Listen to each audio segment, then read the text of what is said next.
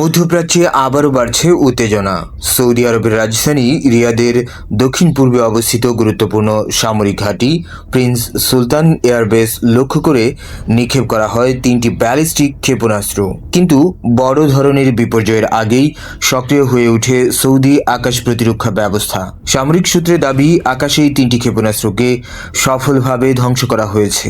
এই বিমান ঘাঁটিটি সৌদি আরবের অন্যতম কৌশলগত সামরিক কেন্দ্র, যেখানে বিভিন্ন সময়ে আন্তর্জাতিক জোটের সামরিক কার্যক্রমও পরিচালিত হয়েছে। তাই এই হামলার চেষ্টা মধ্যপ্রাচ্যের নিরাপত্তা পরিস্থিতিকে নতুন করে আলোচনায় এনে দিয়েছে। তবে এখন পর্যন্ত এই হামলার দায় কেউ স্বীকার করেনি। ঘটনার পর থেকে এলাকায় নিরাপত্তা আরও জোরদার করা হয়েছে এবং পরিস্থিতি নিবিড়ভাবে পর্যবেক্ষণ করছে সৌদি কর্তৃপক্ষ। মধ্যপ্রাচ্যের উত্তেজনাপূর্ণ ভূ রাজনৈতিক বাস্তবতায় এই ঘটনাকে অনেকেই নতুন সতর্কতা হিসেবে বিবেচনা করছেন।